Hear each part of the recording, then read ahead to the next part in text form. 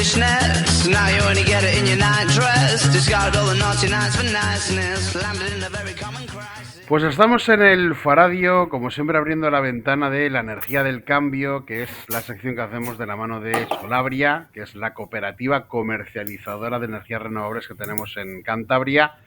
Y bueno, tenemos una conversación que llevábamos tiempo esperando, que es Antonio Turiel, que es investigador del Instituto de Ciencias del Mar, que pertenece al Centro Superior de Investigaciones Científicas. Muy buenas, Antonio. Hola, ¿qué tal? ¿Cómo estás? Bueno, pues encantados de tenerte. No sé si estás acostumbrado ya, desde hace un tiempo, a que veas que te cuelgan el cartel como de uno de los divulgadores más conocidos dentro de España, porque eres de las personas que más insiste en la conversación de hablar de lo que nos rodea, la emergencia climática, el cómo tenemos que intentar darle la vuelta al comportamiento humano para que no nos suponga un reto excesivamente duro para el futuro. No sé si eres consciente de ello y cómo te sienta. Bueno, yo creo que evidentemente después de tantos años dando tanto la brasa, obviamente algo de ella se ha conseguido hacer. Bueno, a mí se me conoce como se conoce a mucha otra gente, evidentemente. Yo, digamos, a mí se me asocia también bastante con la cuestión de la transición energética y la inviabilidad del modelo de transición renovable que se plantea, porque yo soy muy crítico y esto pues me granjea pues bastantes ataques, porque no se puede decir que algo técnicamente no funciona. Y bueno, aparte de esto, digamos que yo me veo como uno más, los que están ahí, evidentemente pues de gente que más o menos es conocida. También, seamos realistas, la inmensa mayoría de la gente no tiene ni puñetera idea de quiénes somos y qué es lo que hacemos. O sea, no tenemos una capacidad de arrastrar las masas como tienen pues lo que son los grandes influencers y demás. Pero yo creo que es importante estar ahí al callo, porque entre otras cosas lo que tienes que hacer es conseguir proveer de argumentos a la gente que está preocupada, que quiere saber más, que quiere entender mejor qué es lo que está sucediendo. Y ahí lo más importante yo creo que es perseverar. Es decir, tener presente la importancia del trabajo que se está haciendo y simplemente continuar haciéndolo. Y bueno, también hay que tener en cuenta que todo el mundo tiene fecha de caducidad, ¿no? Entonces, un día nos iremos tranquilamente a nuestras casas y otros vendrán que seguirán haciendo este trabajo. Bueno, tú estás en el Instituto de Ciencias del Mar, que recientemente ha tenido una muy buena noticia porque ha recibido el reconocimiento de la acreditación de excelencia Severo Ochoa. Precisamente para quienes no estamos tan familiarizados con este mundo científico, ¿qué supone un reconocimiento como este? Bueno, en el caso del Instituto de Ciencias del Mar realmente es una reacreditación, porque ya habíamos tenido esta acreditación los 4 años precedentes y bueno, la acreditación de Severo Ochoa es un reconocimiento de que el centro está haciendo una investigación de excelencia. Durante 4 años te dan, si no recuerdo mal, 4 millones de euros, que es una cantidad bastante apreciable. En mi instituto, de hecho, en la primera vez que lo dieron, esto se utilizó para crear una serie de estructuras de las que estábamos carentes y que son absolutamente necesarias en cualquier institución de una cierta entidad. Piensa que el Instituto de Ciencias del Mar ahora mismo trabajan aquí, si no voy equivocado, unas 270 personas, entre el personal investigador y personal de servicios, personal de apoyo, con lo cual bueno, esto lo convierte en uno de los centros de investigaciones marinas más grandes de Europa y evidentemente yo creo que es el más grande del Estado español, descontando el IEO, que es un centro nacional y que por supuesto como tiene diversos campus, pues lógicamente es mayor, ¿no? Para el instituto yo creo que lo que ha supuesto sobre todo es un espaldarazo en el tipo de investigación que se hace aquí. De hecho, las líneas de investigación que se han impulsado tienen mucho que ver con los objetivos de la década de los océanos. No olvidemos que estamos en la década de los océanos, aunque a veces parece que esto no significa nada, pero sí que significa y significa mucho. Los océanos son una parte integrante fundamental del ecosistema terrestre y del clima del planeta. Y al final lo que se está pretendiendo es hacer un trasvase de todo este conocimiento hacia la sociedad, reforzar este trasvase a la sociedad con diversas líneas de investigación que se han reforzado en los últimos años, que tienen que ver, por ejemplo, con la salud y los océanos, o que tienen que ver pues, con la mejora de la comprensión tanto de los ecosistemas como de la influencia del medio marino en el clima del planeta, que este sería un poco más el trabajo que hago yo, ¿no?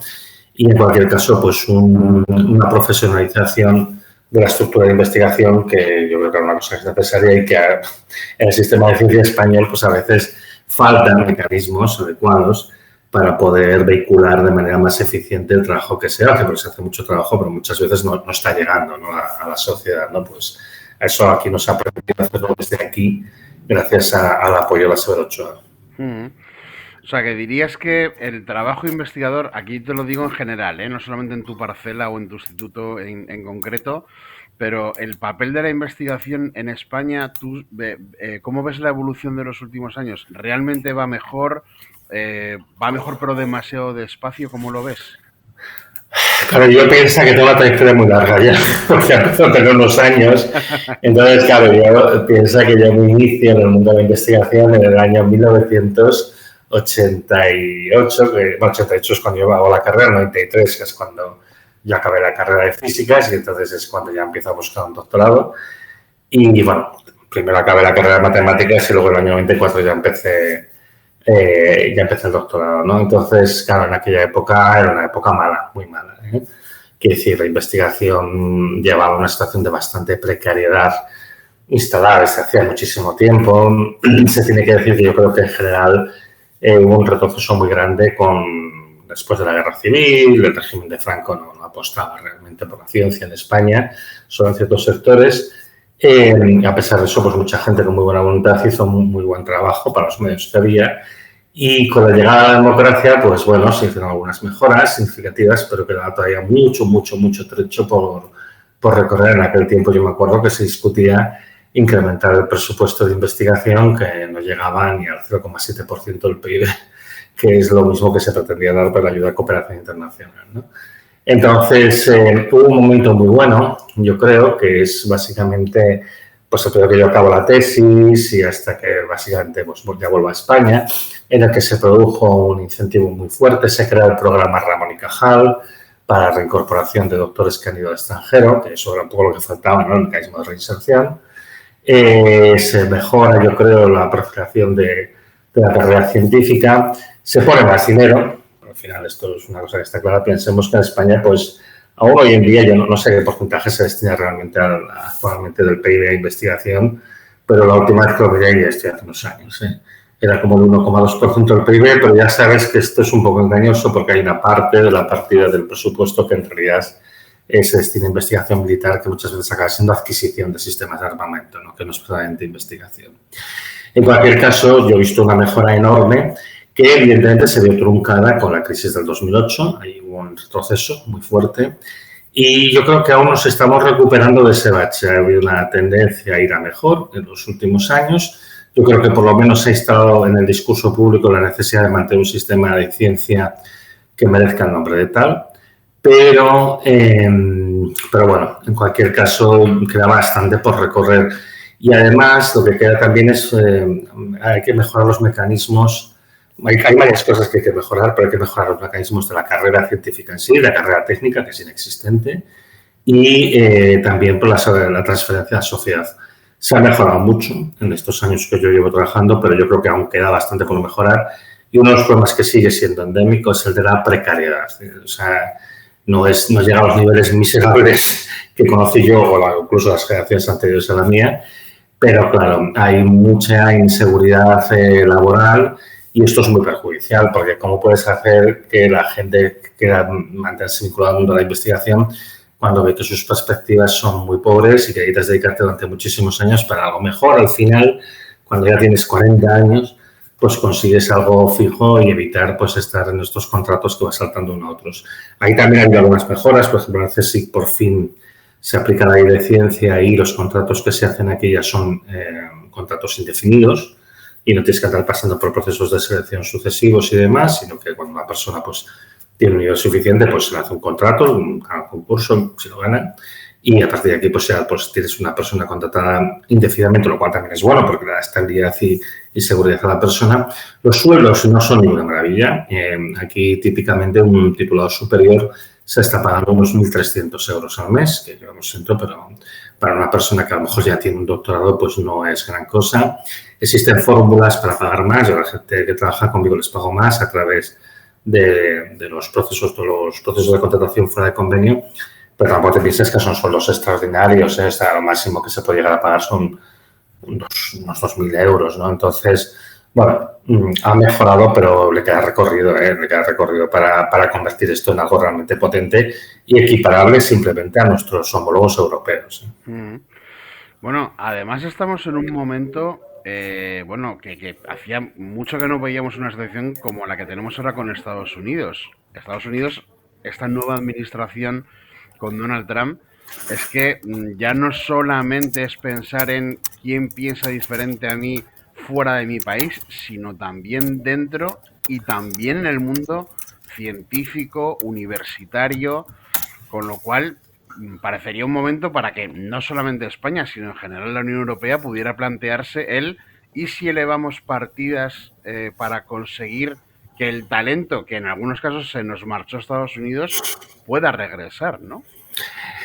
Mira, el caso concreto de España, de hecho, la ministra el otro día anunció que se iba a poner una dotación adicional del programa ATRAE. El programa ATRAE es un programa que ya lleva funcionando hace unos pocos años, que sirve básicamente precisamente para esto, ¿no? Para reenganchar talento que había ido a otros países o incluso captar gente de fuera que quiera venir aquí, que esto, te digo que es difícil porque incluso los salarios de un investigador como yo no son tampoco extraordinarios. Yo no me quejo de mi sueldo, yo más o menos tengo un buen sueldo, pero es poco homologable con el de nuestros colegas europeos, siendo estos. Entonces, bueno, ahora se ha reforzado el programa precisamente pensando en el éxodo que va a haber en Estados Unidos. Y, por ejemplo, aquí en Cataluña, la Generalitat también ha lanzado un programa especial para lo mismo, ¿no? Para captar a gente que viene a Estados Unidos, no necesariamente españoles, sino gente que quiera venir aquí a trabajar y que estuviera allí. Te digo que ahora mismo allí hay una situación bastante dramática. De hecho, yo ahora estoy intentando impulsar una iniciativa, a ver si lo consigo, bueno, yo, entre otros muchos, para que el CSIC descargue las bases de datos de la NOAA, porque a partir del 15 de mayo la NOAA va a discontinuar series históricas de datos oceanográficos.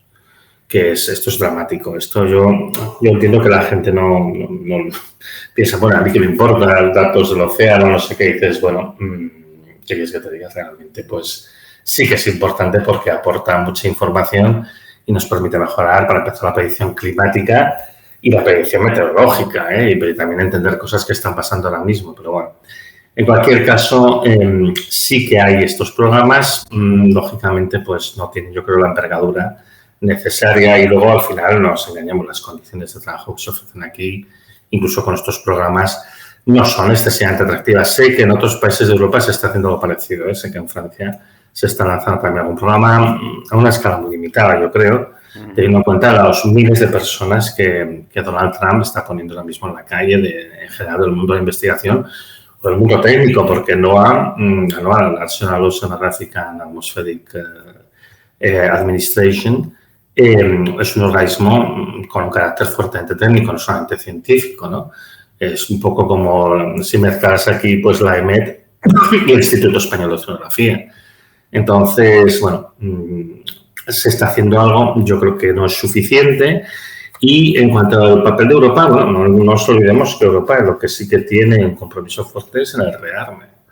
Entonces, aquí sí que se está poniendo muchísimo dinero y pues hace poco, pues Pedro Sánchez, por ejemplo, ha anunciado que ya este mismo año se llegará al 2% del PIB de inversión en defensa, que esto también hay que entenderlo. Un 2% puede parecer que no es mucho, pero es el 2% del PIB. El PIB de España es como 4 veces más grande que los presupuestos generales del Estado, con lo cual un 2% sobre el PIB representa un 8% sobre los presupuestos generales del Estado, y eso ya no es una partida tan insignificante.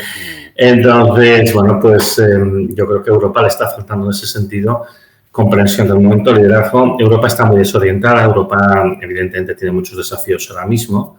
Hay un problema muy serio con la recesión en Alemania, que ya lleva 2 años, la pérdida de industria en Alemania, que ya ha caído un 20% desde el año 2020.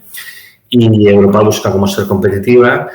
Al mismo tiempo, pues el modelo de transición no acaba de funcionar porque no tenía sentido, tal y como se estaba planteando. No es que no se pueda hacer y no es que no se deba hacer, pero no tenía sentido el tratamiento que se estaba haciendo. Y bueno, pues Europa va dando un poco bandazos. Y yo creo que efectivamente no es lo que tú dices, que a lo mejor en este momento la mejor inversión sería inversión en talento, quizá dirigido, si quieres, en ciertas áreas, pero también con un poco de apertura de mente, ¿no? A mí me preocupa mucho que cuando tú hablas de transición energética, pues voces un poco disidentes como la mía, que apostamos evidentemente por hacer una transición, pero con un modelo diferente y recuperando cosas que se habían hecho antes y hacerlas mejor, obviamente.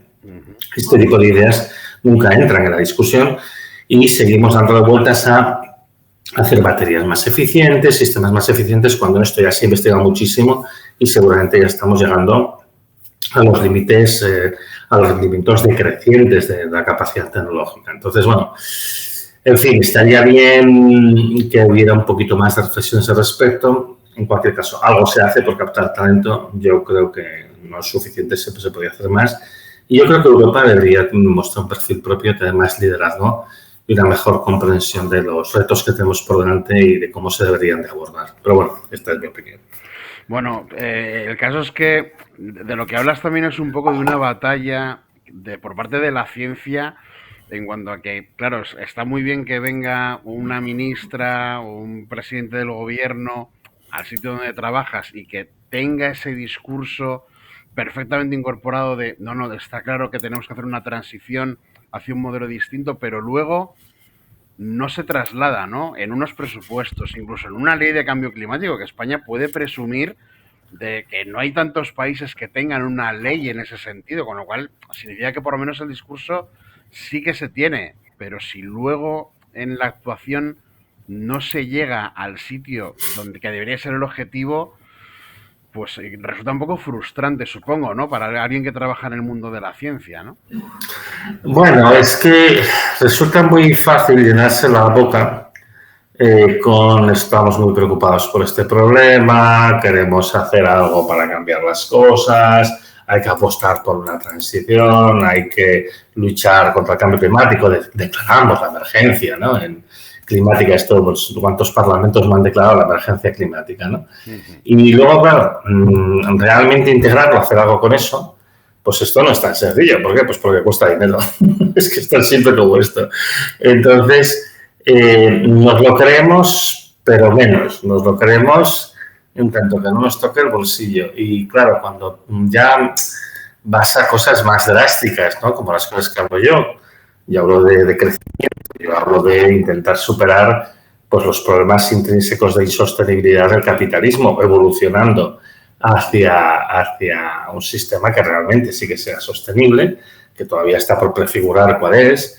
En cualquier caso, bueno, pues está faltando ese clic de entender que la mejor apuesta es una apuesta por tomarse en serio estas cosas. Europa nominalmente tiene un gran esfuerzo puesto en la lucha contra el cambio climático, pero si te fijas ahora mismo con la aprobación de la regulación Omnibus hace unas semanas, lo que se está haciendo es rebajar los objetivos de protección ambiental, teóricamente porque se busca simplificación administrativa, pero en realidad porque evidentemente están buscando cómo las empresas, sobre todo las alemanas, pueden ser más competitivas, ¿no? Entonces, hay un problema real de no comprensión de la magnitud del fenómeno y de que además lo más rentable ahora mismo sería embarcarse con decisión en la lucha contra el problema climático y ambiental y en la lucha por la transición energética que sea realmente eficiente, que realmente funcione, ¿no? No lo sé. O sea, para mí es bastante frustrante y sobre todo, quizá a mí particularmente lo que más me frustra es la anulación, la cancelación del debate. Es decir, ya hay una manera concreta de pensar en el tema del cambio climático. Hay muchas cosas que se hacen que son muy discutibles y no digamos ya el tema del modelo de transición, porque se está apostando que es un modelo fallido, que ahora está haciendo aguas, que es que además una de las cosas que vamos a vivir los próximos meses es el estallido, la burbuja de este modelo de renovable eléctrica industrial, que a la gente la va a dejar muy despistada, porque van a decir, pero no era este el futuro, los aerogeneradores, los grandes parques fotovoltaicos, cuando vean que todo queda abandonado. No hay posibilidad de abrir un debate real sobre estas cosas desde el plano técnico, que es lo que yo llevo intentando tiempo y que al final lo único que, por ejemplo, a mí me granjea son insultos, ¿no?, frecuentes.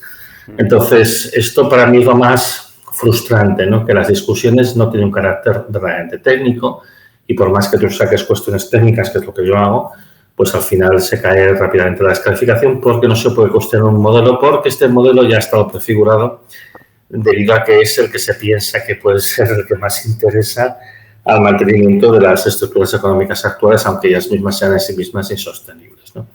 Este es un gran melón que nadie se atreve a abrir y yo creo que es lo que más nos lleva a un fracaso continuo de las estrategias y esto es muy peligroso, ¿eh? Porque la sociedad al final, cuando vea que el modelo fracasa, pues va a estar muy desencantada y va a pensar que todo esto es un camelo y en particular el cambio climático es un camelo. Ya lo estamos viviendo con el auge del negacionismo, porque la gente confunde las medidas que se toman, que muchas de ellas son discutibles, con el fenómeno físico, ¿no? El fenómeno físico es un fenómeno físico que no tiene nada que ver con las medidas que tomen los humanos para intentar paliarlo, ¿no? Es una tesitura difícil, ¿eh? No es nada fácil de gestionar y más gente como yo. A mí me han llegado a echar en cara cosas que yo critico. O sea, porque es eso, la gente dice, tú trabajas en temas ambientales, entonces tú estás a favor de ciertas medidas que yo, de hecho, estoy en contra. Entonces, bueno, pues es complicado, estamos en una situación muy compleja. ¿Y cómo dirías tú que tiene que ser esa transición ecológica real para salir del embrollo en el que nos estamos metiendo? Porque, por ejemplo, aquí en Cantabria se hizo un parque eólico y nada más. Se decía, bueno, si Cantabria está a la cola, debería ir más rápido. Y ha llegado un momento en que de repente hay decenas de proyectos de parques eólicos para la misma comunidad, ¿no? Y entonces dices, ¿por qué se apostó tan poco en un primer momento y ahora de repente se quiere hacer todo de golpe como si esto fuese a ser el rescate definitivo que necesitamos, ¿no? Mira, aquí hay, digamos, en el despliegue eólico hay como dos etapas. Hay la etapa de finales del siglo pasado, principios de este. Es un momento en el que se instalan los primeros grandes aerogeneradores, porque algunos más pequeñitos ya existían. Pues cuando se empiezan a instalar aerogeneradores ya con potencias, bueno, bastante importantes, 1 megavatio, cosas de este estilo. Y en esa época lo que sucede es que España estaba inmersa en un proceso de transición hacia sistemas de producción de electricidad menos contaminantes y la idea era quitar las centrales térmicas de carbón, ¿vale?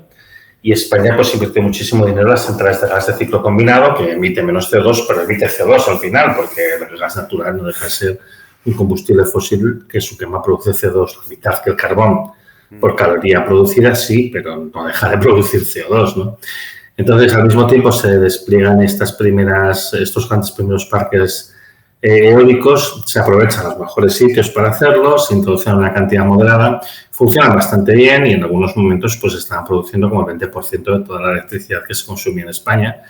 Y esto, bueno, pues fue un éxito en su momento, pero esto hizo que se utilizaran mucho menos las centrales de gas de ciclo combinado, que estaban previstas para trabajar el 75% de las horas del año y al final solo trabajaban el 25%. Esto, por supuesto, creó mucho malestar entre las grandes compañías eléctricas y llevó a una cierta paralización del despliegue eólico en aquel momento, ¿vale? Y ahora estamos viviendo una segunda oleada por las necesidades de cumplir pues, con los compromisos de transición, el Plan Nacional de Energía y Clima y tal, y sobre todo por la inyección enorme de dinero de los fondos del Next Generation, ¿no? ¿Qué pasa ahora? Que no hay planificación, aquí únicamente se está construyendo parques de manera completamente especulativa, es algo muy español, es muy ibérico, es aquello de construir la infraestructura y cobrarla, pero no importa si tiene utilidad o no.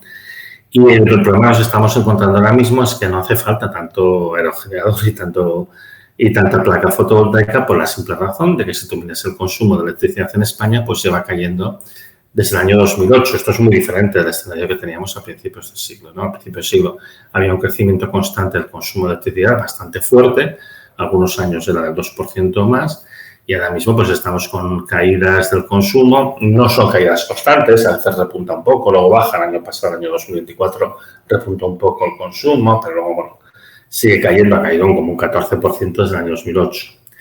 Entonces, ahora mismo pues tenemos un mercado en contracción, esta es la realidad. Porque la electricidad es útil para muchas cosas, pero no es útil para todo.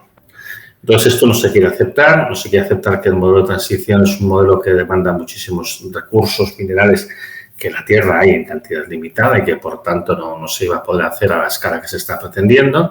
cuando ya empezamos a ver problemas, por ejemplo, simplemente para mantener la producción de cobre, que es algo indispensable para todo lo que es eléctrico, la producción de cobre del mundo parece que ya empieza a bajar, ¿no? Entonces, estamos en esta tesitura con una gran cantidad de proyectos de carácter completamente especulativo porque no hay sitio para tanta electricidad, que es como se quiere producir, y con el inconveniente, luego hay un montón de inconvenientes técnicos del tipo que, bueno, pues la energía eléctrica producida por las nuevas renovables es muy intermitente, a veces la tienes, a veces no, y esto genera problemas de estabilidad de la red, que te obliga a limitar cuánta cantidad puedes poner en cada momento, en fin. Estamos llegando pues a estas contradicciones últimas de un sistema que en realidad no está pensado para esto, ¿no? Se engaña mucho a la gente, se dice, no, vamos a poner sistemas de almacenamiento, que si baterías, que si centrales reversibles. Nada de esto se puede hacer a la escala que se está hablando, es completamente imposible. Pero, bueno, pues se sigue un poco inflando la bola. Entonces, hace 2 años, el hype, como dice la gente joven del momento, era el hidrógeno verde y los coches eléctricos, por supuesto, y ahora que se ve que ambas cosas no tienen demasiado sentido y están fracasando, el hype del momento son los centros de datos, ¿no? Hay que poner muchísimos sistemas de producción de electricidad porque los centros de datos van a consumir, ¿no?, un montón de electricidad, que yo digo lo mismo siempre, digo, ¿cuál es el modelo de negocio de estos centros de datos? Un centro de datos es una infraestructura, no es algo que genera actividad económica, es este error también muy español de pensarse que porque construyes un aeropuerto o una autopista vas a generar actividad económica, es más bien al revés, si tú tienes actividad económica te interesa tener esa infraestructura, ¿no? Entonces, bueno, estamos un poco en las postrimerías ya de este impulso y esto, pues como digo, va a fracasar de una manera estrepitosa, va a estallar, esta burbuja está empezando a estallar, llevará todavía meses mientras duren los fondos de Next Generation, pero bueno, yo estoy entre la gente en su recta final. Y después de este descontento y cuando se asienta el polvo, hay que discutir cuál es el modelo que se tendría que hacer. Yo, por desgracia, creo que se va a optar por hacer una nueva burbuja, en este caso de la biomasa, biogás y todo lo que tenga que ver con el aprovechamiento de la materia orgánica. Esto es un error porque tiene una escala limitada y el modelo por el que se debería atender es un modelo de aprovechamiento directo de la energía renovable a una escala mucho más moderada, a una escala mucho más asequible, con sistemas de producción industrial en los sitios donde se capta la energía renovable, porque la energía renovable tiene esta característica, es muy democrática, llega por igual a todos los lados, ¿no?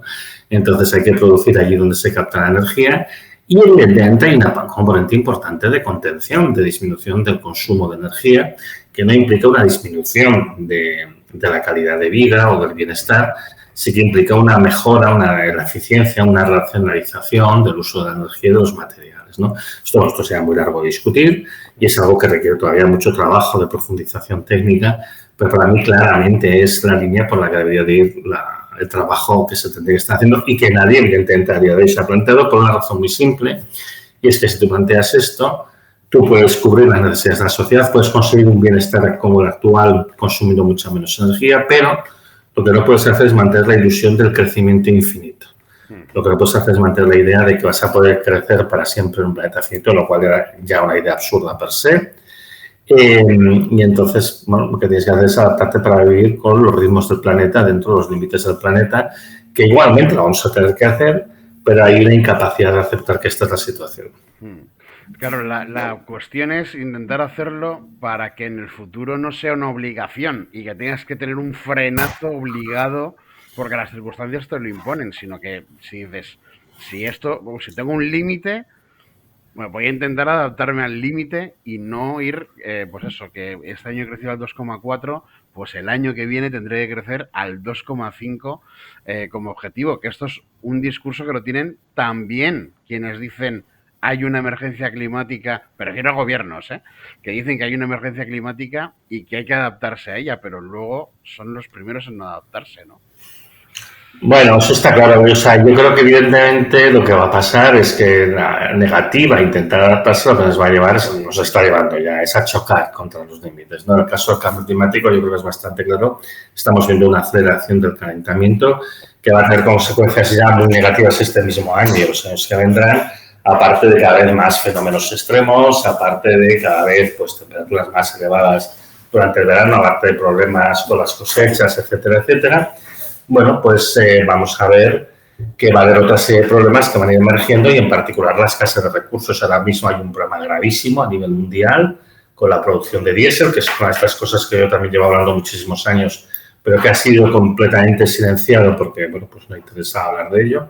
Y tienes ahora mismo un problema de abastecimiento de diésel muy serio en muchos países de Latinoamérica y de África, pero es algo que no se habla, es como si no estuviera pasando, porque, claro, nos confronta con una realidad incómoda de que a lo mejor de aquí a unos años vamos a tener este problema aquí nosotros también, y el diésel es la sangre de nuestro sistema económico. Esto es algo completamente esperable porque la producción de petróleo ya está en un proceso de caída, está bastante estancada, pero ya está en un proceso de ligera caída, pero la producción de diésel, que requiere petróleos de mucha calidad, pues está en una franca caída, ha caído ya un 15% desde el año 2015, y esto solo puede ir a peor, en realidad. Entonces, bueno, el hecho de no querer ver los límites lo que te hace chocar contra ellos, y en un momento dado puedes tener un despertar muy brusco y muy amargo, y pues tener problemas muy serios. Tú te imaginas que, yo qué sé, este año tenemos una dana como la que hubo en Valencia, en Madrid o en Barcelona.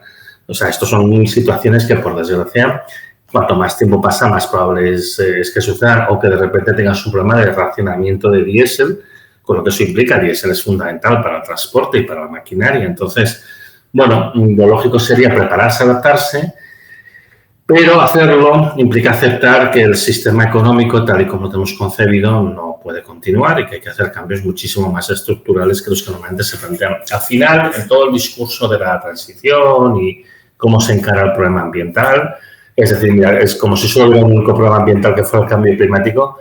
Por eso tenemos más el de la contaminación en general, metales pesados, microplásticos, todo este tipo de cosas, es gravísimo, es más grave incluso que el cambio climático, y hay otros problemas ambientales gravísimos también.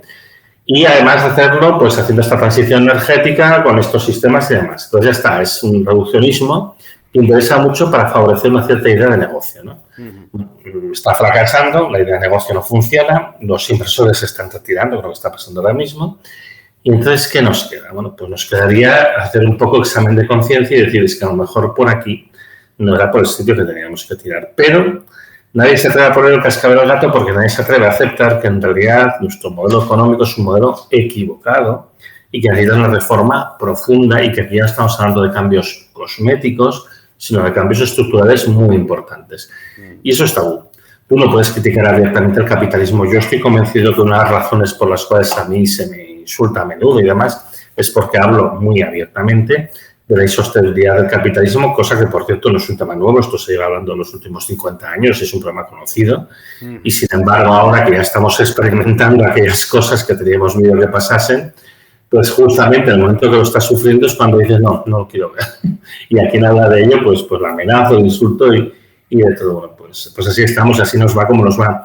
Estamos entrando en los momentos, un poco, yo siempre digo que estamos en el endgame geoestratégico, ¿no? Muchos de los movimientos que está haciendo Trump tienen mucho que ver con este posicionamiento de que ahora está en un mundo con recursos escasos y con problemas ambientales cada vez más graves.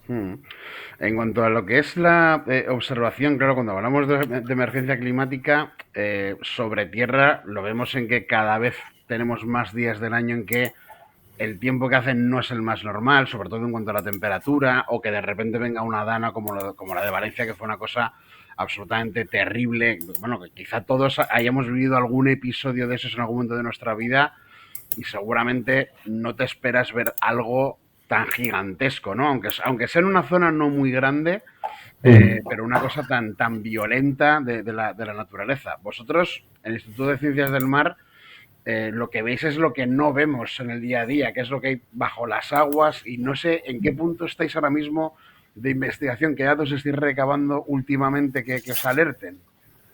Bueno, aquí hay gente que está trabajando, por ejemplo, con el tema de las olas de calor marinas, que este es un problema muy serio. Estuvo un investigador de la casa, Joaquín de Rabou. Él explicaba en una entrevista no hace mucho, pues que esto es como un incendio de grandes proporciones, pero como tiene lugar debajo del mar, pues nadie lo ve y nadie piensa que sea importante, ¿no? Y sin embargo está arrasando cada vez que hay una ola de calor marina, que es pues un periodo que puede ser de un par de semanas en el que la temperatura sube de repente, pues, qué sé yo, 2 o 3 grados, ¿no? Esto es suficiente para causar estragos en la vida marina. Y esto está pasando, por desgracia, con cierta recurrencia y con cierta frecuencia, ¿no? Aparte de este problema, aparte del tema del blanqueo de los corales, que también responde pues, a los cambios en la temperatura del agua y demás, ¿no? Y pensemos que los corales pues, albergan una buena parte de la biodiversidad que hay en el mar, y el mar es pues, una de las grandes fuentes de biodiversidad del planeta. Aparte de todos estos problemas ambientales que se están generando y la migración de especies hacia latitudes cada vez más alejadas del Ecuador, debido al hecho de que claro, simplemente el agua se vuelve invivible en las zonas centrales del planeta. Aparte de todo esto, lo que vemos es la modificación del mar como medio físico, y eso pues se está traduciendo en un cambio en las corrientes que tiene consecuencias catastróficas, ¿no? Y esto, por ejemplo, pues se está viendo particularmente en la zona de Galicia, cambia la estacionalidad de las corrientes, con lo cual cambia el afloramiento de nutrientes, y esto hace que los nutrientes no suban a la superficie del momento en el que se están desarrollando las pesquerías y las marisquerías de Galicia, y esto está afectando catastróficamente a la producción marisquera y pesquera de la zona de Galicia, y esto evidentemente igual en otras partes del planeta. Y luego, bueno, pues estamos viendo también los cambios que implica el comportamiento del océano desde el punto de vista de factor climático, ¿no? De qué impacto tiene el clima, en particular porque pensemos que hasta ahora el océano estaba absorbiendo el 80% del exceso de energía asociado al cambio climático, a las emisiones de gases de efecto invernadero, y ahora parece que se está saturando. Y particularmente en mi grupo, unas cosas que estamos comenzando a trabajar son los cambios que se están operando en ciertas zonas, sobre todo en el Ártico, con el ciclo del agua y en particular por los flujos de agua dulce. Y en particular una de las cosas a las que nos estamos empezando a meter ahora es en el estudio, a partir de datos de satélite, de los cambios de una corriente que es fundamental para Europa, que las siglas en inglés son AMOC, y esta corriente es lo que se llama el brazo atlántico de la corriente meridional del Lazo, que es una corriente oceánica que mantiene Europa cálida. Europa por latitud debería de ser más fría y más seca, porque la mayoría de Europa está en las latitudes que son comparables a las de Canadá o el sur de Siberia, y sin embargo Europa ha gozado un clima mejor gracias a esta corriente oceánica, ¿no? Pues estamos empezando a trabajar en determinaciones directas de la intensidad de esta corriente, que no es nada fácil de hacer, aparte de datos de satélite, que esta es la primera vez que se hace, ¿no? Entonces, bueno, hay bastante trabajo en curso, hay muchas otras cosas que están analizándose aquí, por ejemplo, el impacto de los microplásticos, los cambios en las comunidades del fondo marino, las comunidades bentónicas, los cambios en la sedimentación. O sea, hay un trabajo inmenso que además tiene muchísimo más impacto en la vida cotidiana de la gente de lo que se podría pensar, ¿no? Entonces, bueno, yo qué sé, yo animaría a cualquier persona que esté por aquí, por Barcelona, que se acerque un día a las jornadas de puertas abiertas, que ahí le explicarán en amplitud todo el tipo de trabajo que se hace aquí. Y sobre todo, ya para terminar, Antonio, la importancia de que tengáis un montón de sitios donde contarlo. O sea, ya sea en una publicación científica, ya sea en una jornada como las que dices en Barcelona, o una conversación por YouTube, ¿no? Que al final la gente se entere de lo que está pasando y se entere sobre todo por quien lo está comprobando, no solamente por el gobernante al que le llega un informe o le llega otro informe distinto o le llega una presión económica para que no haga tal cosa, pero lo importante es que te lo cuente quien lo comprueba y quien recoge los datos, ¿no? Bueno, esto es una cosa que además yo creo que aquí es general, o sea, prácticamente en cualquier ámbito de investigación tú estás viendo unas modificaciones muy serias del medio marino. Entonces, claro, la experiencia que nosotros tenemos de primera mano, porque es nuestro objeto de estudio, lógicamente nos hacen tener una mejor comprensión y una mayor conciencia de qué es lo que está pasando, ¿no?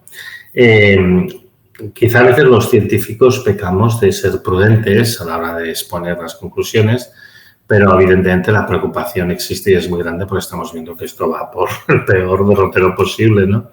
Y yo a veces también le digo a mis compañeros y a mis compañeras que a veces está bien ser prudente y ser cauteloso como es la ciencia y expresar tus dudas, tus reservas, pero cuando uno hace una interacción con el público general y particularmente pues con los gestores y los políticos, es importante dejar clara la gravedad de la situación. Es decir, no tenemos todas las respuestas, no tenemos todas las seguridades, pero lo que estamos viendo es claramente alarmante, claramente preocupante y más que suficiente para justificar tener una actuación decidida en todas estas cuestiones, ¿no? Pero Piensa que también unas cosas que muchas veces pasa es que este lenguaje cauteloso propio de la ciencia, que intenta ser cuidadoso en sus afirmaciones, introduce siempre todos los matices, en el discurso público se utiliza precisamente para quitarle valor a lo que se está diciendo, ¿no? Entonces, incluso aunque tú tengas una certeza del 99,99%, dices, claro, pues no estás completamente seguro, cuando muchas veces en el día a día tú tomas decisiones con menores grados de certeza, ¿no? Entonces dices, bueno, chico, pero con el conocimiento que tenemos, pues la verdad es que deberíamos de actuar porque si no el riesgo es enorme, ¿no? Y yo siempre digo lo mismo, los riesgos, la manera de gestionarlos es evitándolos, ¿no? Si te dicen que por ese camino de allá hay víboras que te pueden picar y te pueden matar, lo lógico que tú hagas es no ir por ese camino de allá. Y no después viene una persona y te dice, pues yo he pasado por ese camino y no me ha pasado nada. Digo, ya, pero es un riesgo. Y cualquier otra persona que pase, pues a lo mejor le matan. Entonces, bueno, pues esta es la cuestión, cómo se tienen que abordar los riesgos. Falta también, yo creo, en mi gremio, ciertos skills, ciertas capacidades, cierto entrenamiento. Primero, divulgar, explicar las cosas de manera más sencilla para que pueda ser entendida y luego tener en cuenta que eso, utilizar este lenguaje medroso, cauteloso de la ciencia no siempre es la manera más adecuada de comunicar las cosas. Uno tiene que ser riguroso, es decir, esto no lo sabemos al 100%, esto es lo que sabemos de momento, pero también dejar claro los riesgos que comportan el conocimiento incompleto y provisional que tenemos, que cuando digo incompleto y provisional a veces es eso, es el 99,9%, o sea, tampoco es tampoco, ¿no? Es complejo, es una cosa compleja. También yo creo que es un poco deliberado que los científicos no tengan estos conocimientos, no se les enseña a hacer eso, no se les anime a hacer esto. Y además no es rara la ocasión en la cual un científico pues comprende que hay que hacer algo y dice algo de una manera muy clara y se le ataca porque esto no es normal. A mí una entrevista que me hicieron en El País hace poco, me dijeron, bueno, usted es muy contundente en sus afirmaciones, esto no es normal en el mundo de la ciencia, ¿no? Como si estuviera mal lo que yo estaba haciendo. Yo digo, es como argumento me parece bastante pobre, ¿no? Pues esto fue lo que me planteó el periodista. O sea que, bueno, eso yo creo que también hay que intentar corregirlo y tener este equilibrio entre la necesaria cautela, pero al mismo tiempo la contundencia de la gravedad de las cosas que se están explicando. Pues Antonio Turiel, investigador del Instituto de Ciencias del Mar, del Centro Superior de Investigaciones Científicas, ha sido un gustazo poder haber conseguido tener esta conversación contigo y muchísimas gracias por atender la llamada del Faradio. Gracias a vosotros. Un abrazo.